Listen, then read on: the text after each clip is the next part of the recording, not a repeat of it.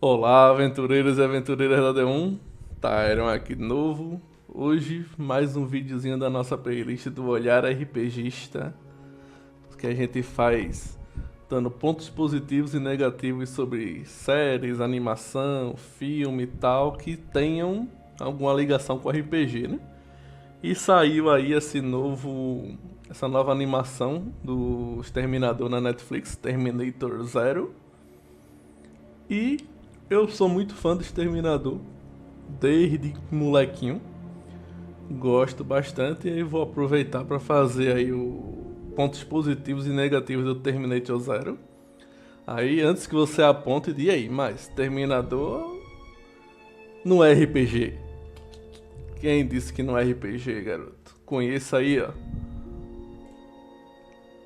Terminator RPG oficial, não é nada de feito por fãs. É licenciado oficialmente pelos donos do direito do Exterminador.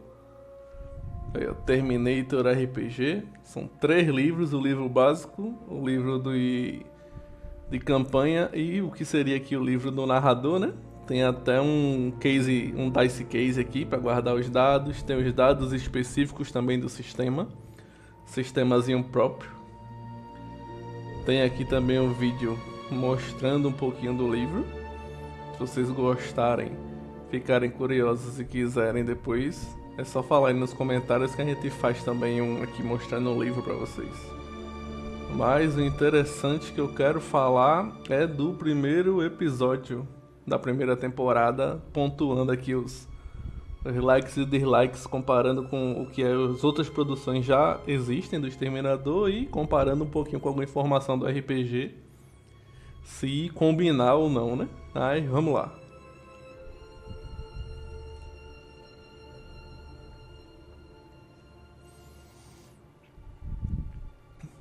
Terminator Zero. Eu já vou dar alguns likes e dislikes logo aqui do início, pra não ficar me repetindo tal nas coisas, né? Pra ficar mais legal.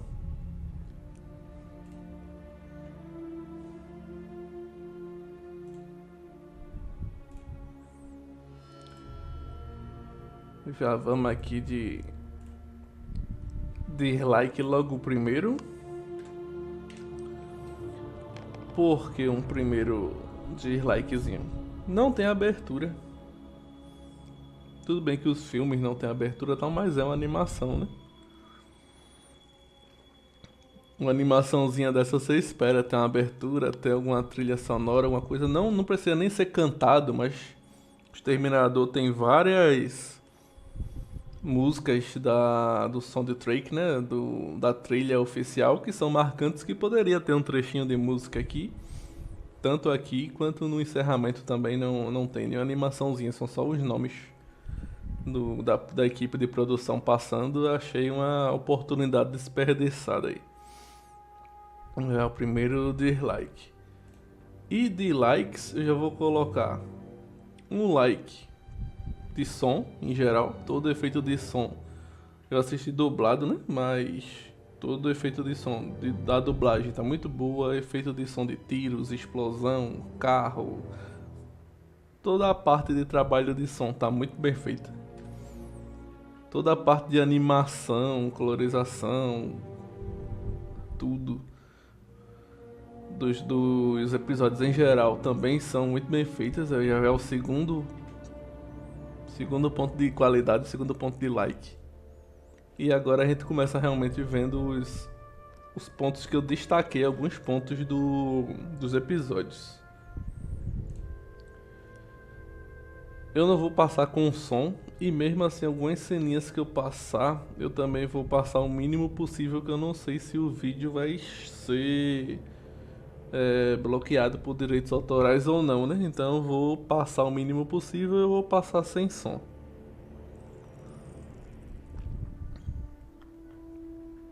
Mas essa primeira cena aí já tá um like que eu já dei, que é o visual. O visual tem toda aquela violência gráfica que uma série de Exterminador tem que ter. Não pouparam em sangue, corpos, pedaços sendo arrancados, tiroteio, essas coisas. O Exterminador, esse aqui é um T-800 infiltrado em alguma base da resistência, em algum lugar que não descreve qual. Mas tá muito bom a cena. Passar só uns segundinhos pra vocês verem.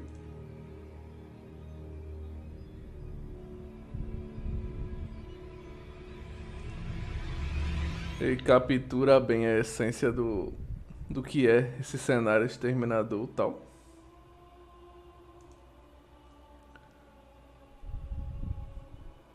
Outro ponto positivo é que o Exterminador em si tá passando aquela sensação de ameaça, de perigo que ele deve passar. De que, lhe pegou, já era. Vacilou, morreu e lhe pegou, não tem saída. Você tem que realmente ser esperto, fugir, correr e sobreviver.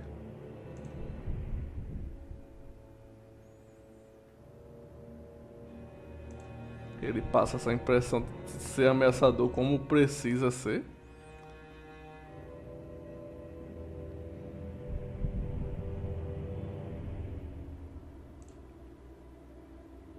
Essa ceninha já é uma ceninha que eu dou um dislike, que a personagem está fugindo do T-800 numa linha reta aqui.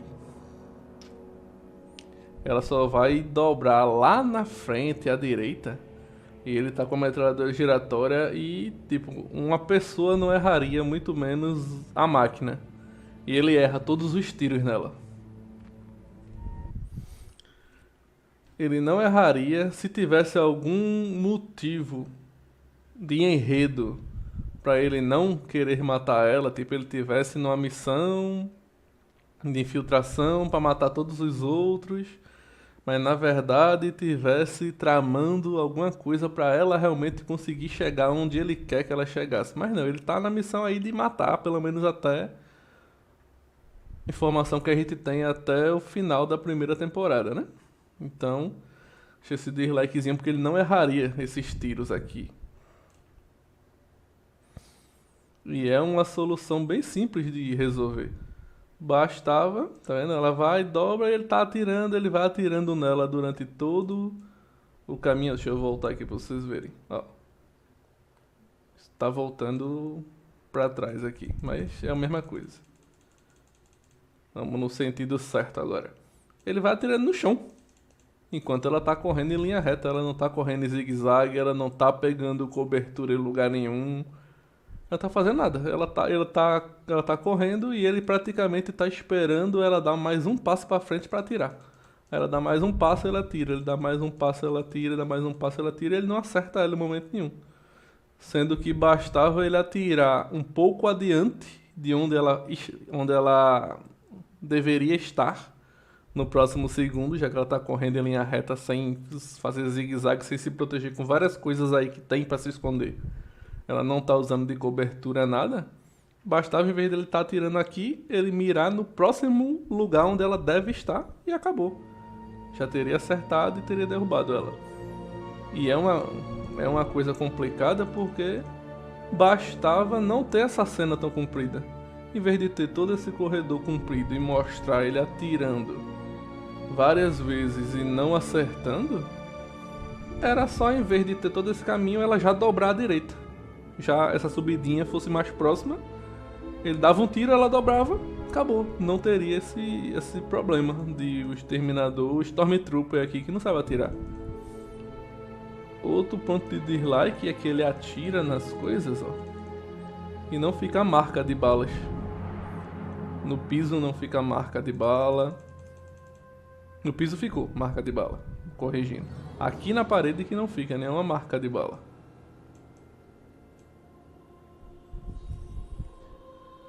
É mais um dislikezinho que ele tá atirando e o cenário é indestrutível, como se fosse uma parede de um joguinho de videogame.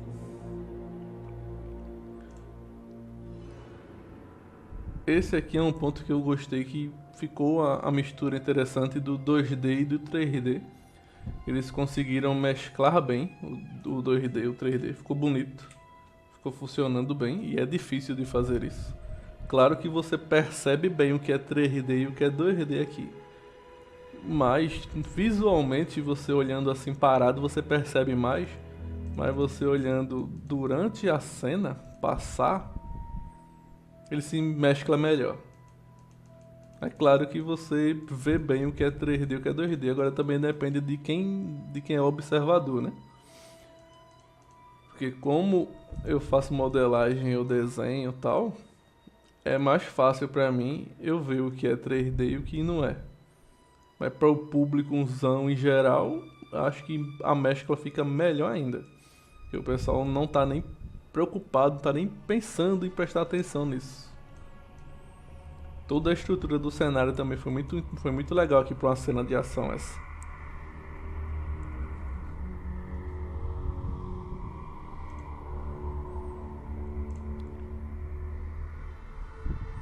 Essa cena aqui que o T-800 está em cima da ponte, ela acaba a munição da metralhadora giratória. Que isso também eu achei um bom detalhe. E eles não contam, isso é um ponto de like. Eles realmente não fazem questão de contar a munição direitinho, sabe? Mas só pelo detalhe de a munição ter acabado. E antes dessa munição ter acabado, naquela primeira cena que eu mostrei, que é quando ele tá invadindo aqui,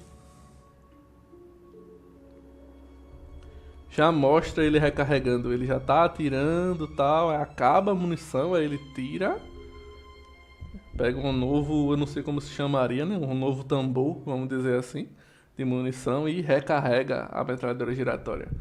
Ou seja, ele tem um pouquinho desse detalhe de lembrar que as armas não são de tiro infinito, que é uma coisa que acontece muito em filme, né?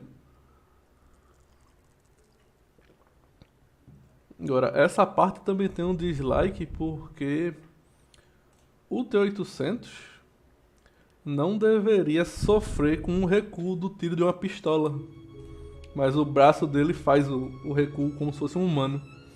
Ele deveria estar com o braço reto, disparar e o braço dele não se mover, não balançar, não dobrar nada.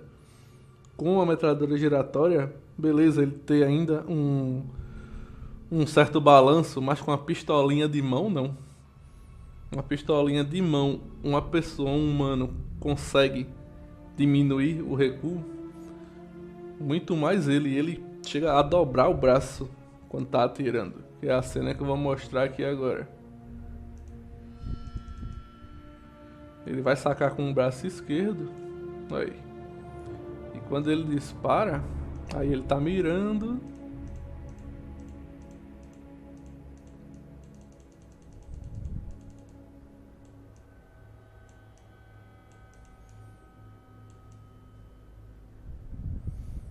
Cadê? Se peguei a cena certa. Não, era antes disso. Eu não peguei o frame certo. Pera aí.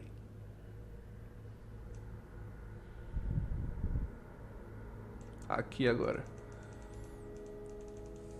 Ele atira. Tá com o braço esticado.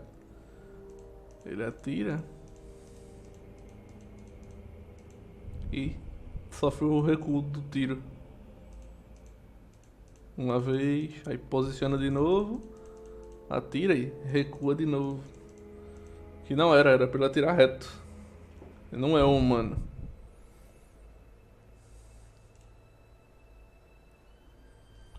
Outro ponto que talvez fosse até talvez se converta numa coisa boa, se tiver alguma explicação depois, mas por enquanto com o conteúdo dessa primeira temporada é um ponto negativo que o Exterminador mostra expressão.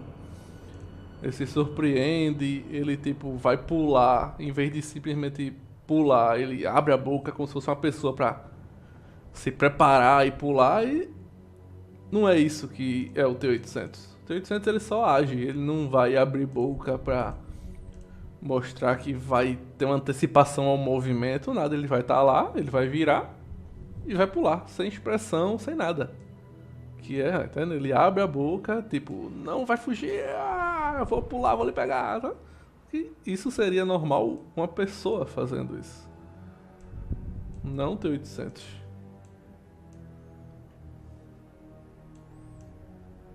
Ele faz toda aquela expressão de tá fugindo? Não! Ah! E Não tem por que fazer. Ele não tem expressões, não tem sentimentos. Essa ceninha aqui depois que ela derruba ele. Vou colocar um like só por ser uma referência ao Exterminador 2. Nas cenas que o T-800 é varado por umas barras de ferro pelo... Eu acho que é o T-1000, o líquido. O Terminator líquido de... Liga metálica líquida e tal. Que enfia essas barras de ferro nele, ele cai, só que aí ele tá de costas no filme e aqui na animação fizeram o Exterminador de frente, né? Mas aí ele tem a mesma situação, né? De pegar o braço e puxar arrancar o ferro para depois se levantar. É só uma referenciazinha legal pro segundo filme do Exterminador. Outro like também que eu esqueci de falar é do visual, né? Que ficou muito fiel ao dos filmes, até essa questão do clichê dele sempre ter esse mesmo ferimento de meio rosto, sabe? Que já é uma assinatura do... Não do seriado, como do Exterminador em geral. Todas as mídias que Exterminador aparecer tem esse clichê dessa ferida de metade da face, né? Que manteram aqui também. Outro ponto positivo é essa referência aqui a uma cena do Exterminador 2, eu acredito.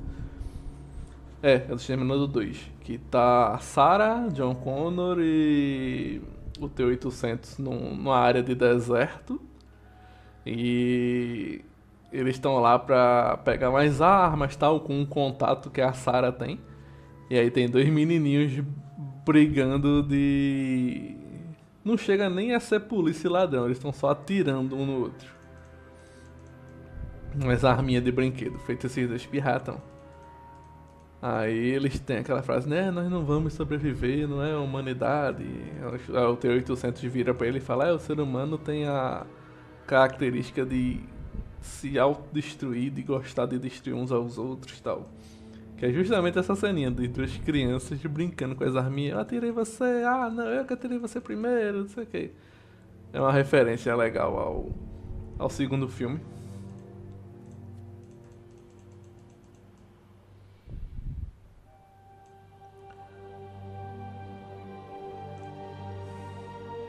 Uma cena de dislike sobre essa personagem que pode até ser um dislike meio injusto. Eu vou colocar aqui o like das crianças, que eu não me lembro se eu tinha colocado, eu acho que eu já coloquei, mas vai. E o dislike dessa personagem talvez seja até um dislike meio injusto, porque é uma coisa muito pessoal. Mas eu desconfiei desde esse primeiro episódio de que ela não era humana. Justamente por essa ceninha de que ela tá falando com um atendente robô, que é esse que tá abaixadinho, e ele ignora ela. Aí chega o atendente humano, como se fosse um funcionário da loja, e fala, essa moça aqui. Aí o robô tenta procurar e não acha a moça. Aí fala, o sensor. Aí tá vendo, ele gira a cabeça fazendo uma varredura 360 graus procurando os clientes. E ignora ela. Só que tipo... Chega o humano e fala, o sensor dele deve estar quebrado, alguma coisa assim, que é esse senhor que chega aí. Que dá muito e o robô detecta o senhor que chega automaticamente. Dá muito na cara, ficou muito na cara, tem uma coisa errada. E você já imagina automaticamente que é o que realmente vai mostrar depois, que ela não é humana, né? Ela é uma máquina que veio do futuro com o criador dela e tudo mais. Só que fica muito mal feito e muito na cara, porque o robô faz questão de ser aquele diálogo bem expositivo entre o robô e o cara, de que não tem ninguém ali para o robô, que não tem uma pessoa ali. E se você parar para lembrar que essa moça é a babá de 3 crianças há anos, e que esses robôs atendentes já funcionam também na sociedade, já é comum na sociedade funcionar. Ou seja, ela já faz compras o tempo todo. Ela já vai nos lugares que tem esses robôs atendentes o tempo todo. Há anos. Então não tinha por que ela, estou surpresa que ele está me ignorando. Porque se o robô está ignorando ela, por ela ser uma robô também, não ser uma humana, não ser uma cliente para ele atender, todos os outros comércios que ela já passou na vida e que ela deve passar pelo menos vários dias na semana, já que ela é uma dona de casa e tem que comprar as coisas para casa e cuidar de 3 crianças, ou seja, ela vive naquela cidade e esses robôs são comuns, isso aconteceria, já seria comum. Ela já estaria acostumada aos robôs ignorarem ela. Ela nem tentaria falar mais porque já sabe que não ia ser atendida. Mas não, essa cena é como se ela saísse de casa pela primeira vez hoje. Aí ficou uma cena totalmente sem sentido nenhum. Só pra escrachar na cara de quem tá assistindo de que tem alguma coisa errada com a menina. Mas não tem nenhum sentido essa cena acontecer. Outra coisa que você tá vendo aqui, as caixas aqui e tal, é justamente do gatinho de brinquedo que ela tá procurando.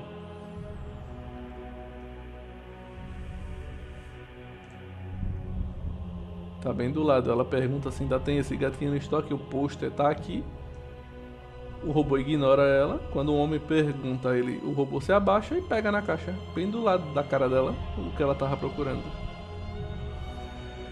Ah, mas tava dentro da caixa, ela não tinha como ver, não sei o que. Certo, mas o dono sabe, pô, que tá ali as caixas.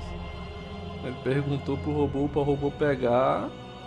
E novamente o robô vira, ignorando ela, pra mostrar novamente que o robô ignora ela só pra isso. Olha pro cara e tipo, tem mais ninguém aqui, pô. Como quem diz, tem mais ninguém aqui. E fica segurando a caixa. É ela que pega do robô. O robô não entregou pra ela. E ficou bem sem sentido e bem expositiva essa cena pra mostrar que tem alguma coisa errada com a menina mesmo.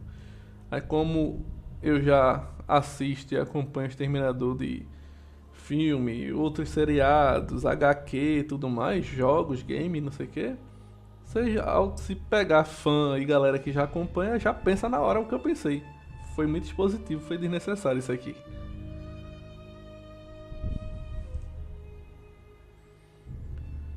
Essa cena aqui é interessante, eu deixar mais um likezinho.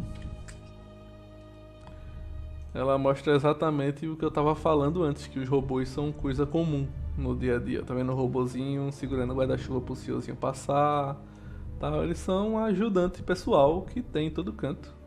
Tinha mais alguns ali no fundo de cena também. E não há nada demais. Ou seja, ela teria interagido com esses robôs várias e várias vezes já e eles teriam ignorado ela sempre. Que ela não é uma pessoa.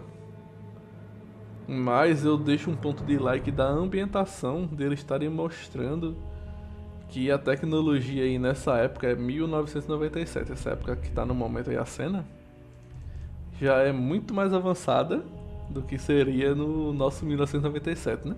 Já tem esses robôs de assistente pessoal tal, que até ajuda a mostrar as alterações que talvez o Malcolm tenha provocado por ter vindo do futuro pro passado trazendo conhecimento de robótica dele pra cá. Mas isso vai ser mostrado em outros episódios, né? Porque que ele veio e tal mais pra frente. Mais um ponto positivo aqui que eu coloco é mais uma referência ao Exterminador 2. Que é quando eles vão na central, né, da Skynet e tal, pra destruir os dados e tal. Que tem esse mesmo esquema das duas chaves de segurança inseridas ao mesmo tempo, contar até 3 e girar pra porta abrir. Manter o mesmo padrãozinho visual e o mesmo padrão de segurança dos filmes, só transportou pra cá.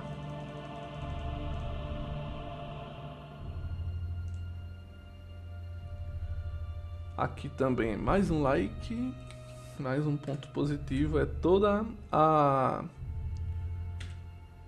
apresentação, né, do visual do Michael conversando com a Cocoto, que é a inteligência artificial que ele criou aí na esperança de combater a Skynet. Ele criou a própria inteligência artificial dele, já usando os conhecimentos que ele tem, né, do futuro e tal. Ainda não vai explicado isso nesse episódio, mas vai explicar mais pra frente.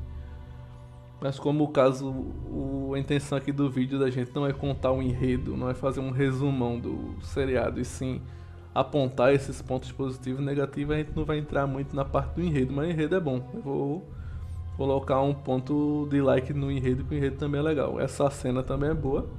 Nos próximos episódios, essas ceninhas de conversa dele com a ou é Cocoto ou é Kokoro, esqueci o nome da inteligência artificial agora, se torna até meio tedioso, porque eles acham que são, assim, né, o enredo acha que a conversa é mais inteligente do que é de verdade.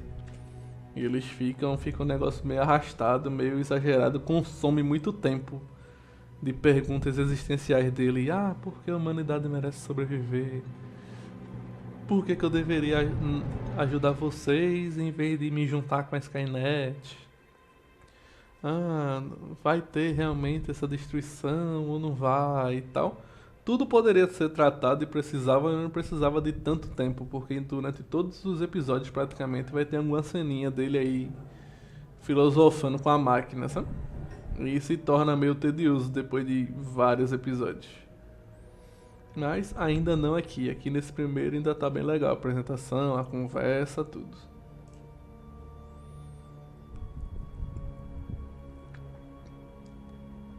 Aqui a gente tem a ceninha que eles ficam variando entre o passado e o futuro durante a guerra.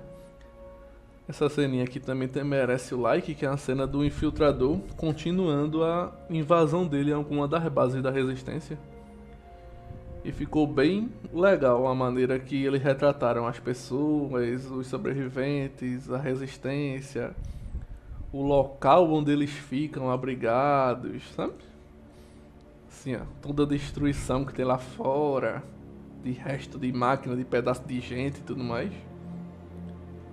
Essa aqui é a nossa, entre aspas, a personagem principal voltando, que ele abre os portões para ela chegar e tal, e logo em seguida tem a infiltração, né, do T-800 lá na base e tal, mas tem toda uma explicação sobre linhas do tempo, tudo. Essa parte da explicação de linhas do tempo eu vou deixar um dislike, mas também é um dislike que talvez seja injusto, porque é um dislike por gosto pessoal, também bem gosto pessoal.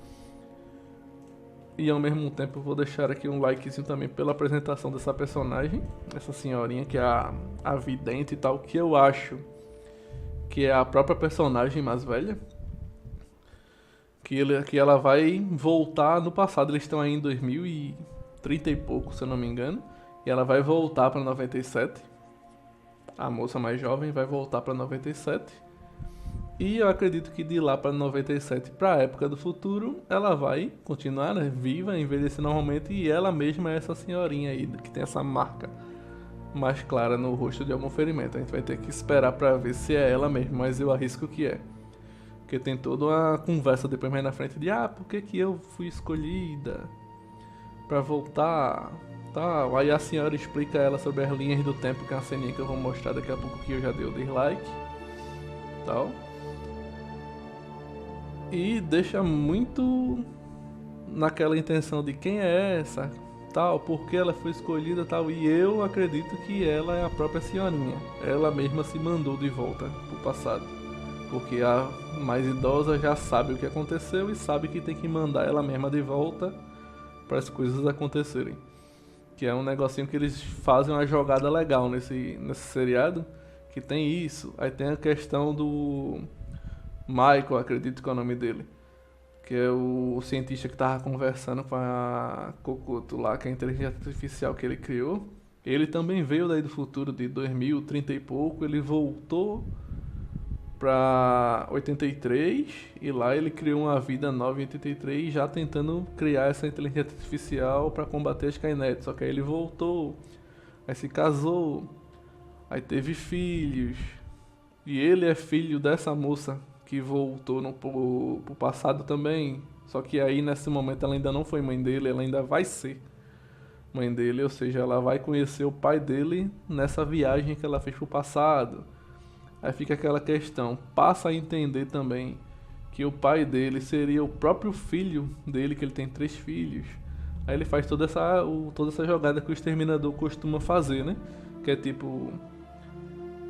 Kyle Reese é um soldado no futuro que foi mandado pelo John Connor, que é filho dele, mas ele não sabe, pro passado, porque o próprio John Connor sabe que o Kyle Reese é pai dele, então ele já manda ele já escolhido de propósito para proteger a Sarah Connor no passado, porque o John sabe que ele é o pai dele, então ele precisa mandar o cara pro passado para o cara ficar com a mãe dele pra gerar ele, né?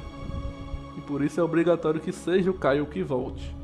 Aqui eu acho que eles vão fazer mais ou menos a mesma coisa. Eles não responderam tudo isso no final da primeira temporada, mas vai deixando as dicas soltas, entendeu? Então, o filho dela, da moça principal, que eu sempre esqueço o nome dela, infelizmente não peguei o nome dela, ela volta pro passado, enviada por ela mesma mais velha, que isso eu acredito que é ela mesma mais velha. O seriado ainda não respondeu quem é essa senhora, a profeta, como eles falam.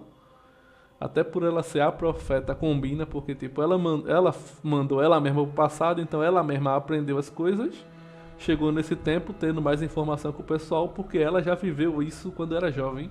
Por isso que ela tem mais informação com o pessoal, aí é a profeta, porque sabe das coisas, sabe? Ela manda ela mesma pro passado, onde ela vai conhecer o pai do filho dela, que o pai do filho dela é o filho do próprio cara. Porque o cara voltou antes, teve o filho dele nasceu, o filho dele vai crescer convivendo com ela, vai ficar com ela e ela vai ter ele mais pra frente e depois ele volta. Entenderam? O nó. Mas é interessante fazer essas jogadazinhas que o Exterminador sempre teve dessas jogadazinhas.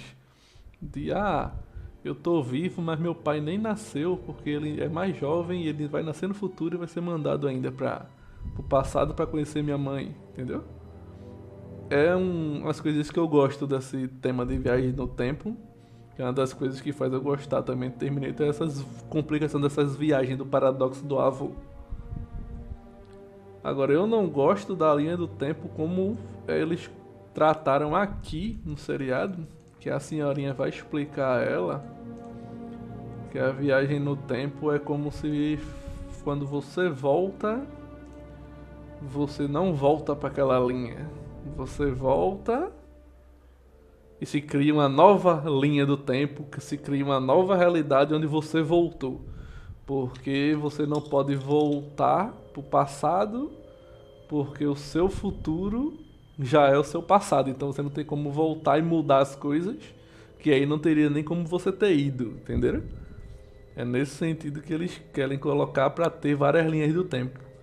Mas eu nunca gostei muito dessa abordagem de várias linhas do tempo, de sempre que você voltar, você formar uma nova linha, porque pra mim isso é desculpa pra cobrir furo de roteiro. Que é muito mais fácil você fazer um roteiro usando essa desculpa de várias linhas, pra quando tiver os furinhos, você usa a desculpa de o furo de roteiro não é um furo, é porque isso é outra linha do tempo, aí nessa linha do tempo é diferente por causa de tal coisa. Entendeu? Dá muito mais trabalho quando é uma linha só e a pessoa volta e as ações que ele faz ali realmente alteram tudo e você tem que arrumar um jeito de que altere, mas não altere tanto ao ponto de não precisar o cara voltar. Porque se não precisar o cara voltar, ele que começou a alterar as coisas, não vai ter alterado nada, então não mudou nada. Então ele não teria voltado, entendeu? Só que você fazer um enredo que amarre direitinho, melhore os objetivos que o personagem que voltou quer melhorar, mas não invalide ele ter que voltar, é mais difícil de você fazer um enredo. Aí a galera joga essa escapatória de não, são várias linhas de tempo, não sei o que, pra tapar buraco de enredo mal feito. Não dizendo que o enredo aqui tá mal feito, tá legal. Até onde eu assisti a primeira temporada toda. Eu vou falar só do primeiro episódio pra não ficar um vídeo longo demais aqui. Já tá longo na verdade, mas eu falo demais, é uma característica do canal. Vocês que assistem e acompanham já sabem que Os vídeos curtos aqui são vídeos um pouquinho mais longos. Aí se vocês gostarem, tiver bastante view, tiver comentário, a galera pedir, eu faço o do segundo episódio também, dando os pontos positivos e negativos. Esse aqui é outro ponto positivo, que é a invasão do infiltrador na base da resistência, que aqui eles conseguem mostrar realmente como o T-800 é mortal. E ele entra, a galera não tem a menor chance. E o pessoal tá todo mundo armado, estão dentro do ambiente que eles conhecem. Aí eles não têm a menor chance. E o T-800 sai varando todo mundo de tiro e tem a menor chance. Outro ponto positivo aqui é essa ceninha da montagem dos T-800, que ficou, se não ficou melhor que os filmes, ficou idêntico. Toda a parte das peças sendo mostradas em detalhe, montando, encaixando, aquela linha de produção, ficou muito legal de ver. Que eles estão criando um T-800 do infiltrador para enviar ele de volta. Só esse negocinho aqui que eu não entendi bem o que é, parecia mais um jetpack do Robocop 3. Se ele aparecer aqui de frente, que vocês vão ver que é bem semelhante. Cadê? Deixa eu ver se ele aparece de frente aqui. Aqui, ó. Ele parece muito o jetpack do Robocop 3. Eu vou tentar botar uma imagenzinha do jetpack do Robocop 3 aí na edição.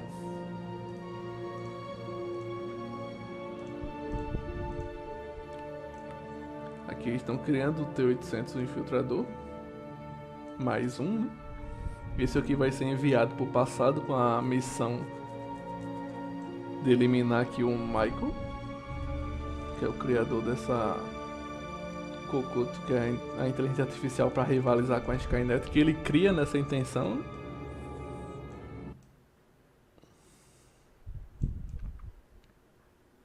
Aqui é o T-800 recebendo a missão dele. Set de eliminação do alvo completo. Todas as informações do alvo. E ele realmente ativa agora essa visão avermelhada.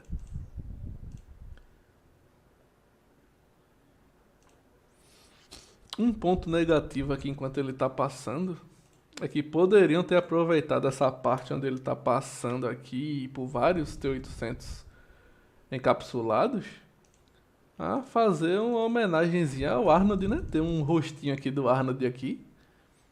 Claro que sempre é complicado o direito de imagem, né? Vai que o direito de imagem do Arnold era caro demais. Ou nem pensaram nisso, a gente nunca vai saber, né? Mas tivesse aqui ó, de relance só o rostozinho do T-800 do modelo do Arnold, ia ser muito legal.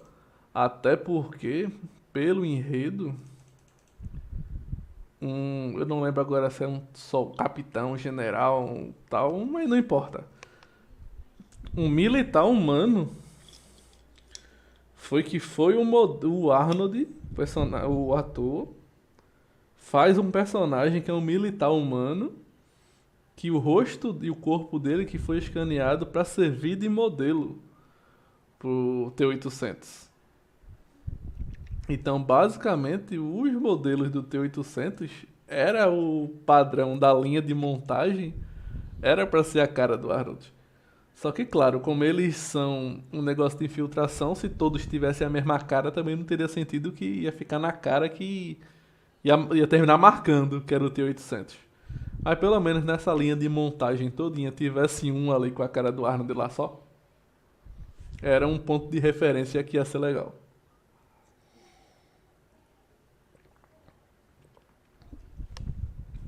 Outro ponto aqui de like é o layout da máquina do tempo. Tá igualzinho aos filmes.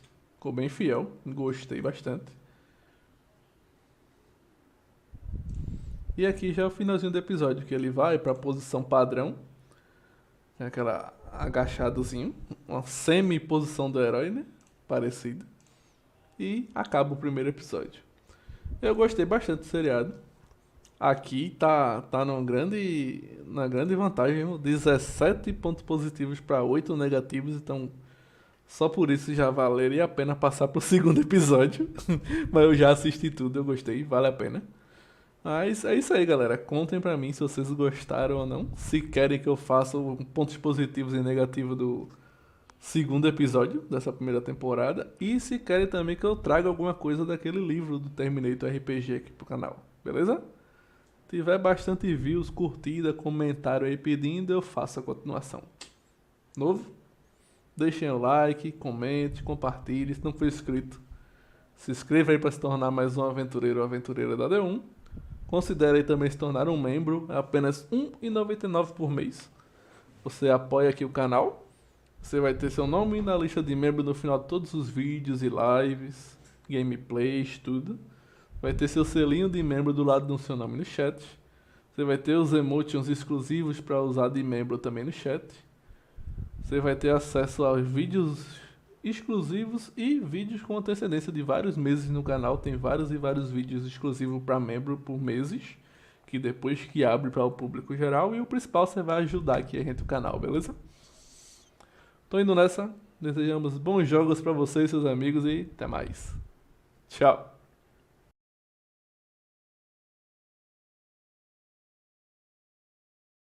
Você já conhece a D1, nossa loja de produtos e serviços para RPG? Temos tudo o que você precisa para ajudar na sua sessão, de materiais a acessórios em geral. Acesse agora o link na descrição.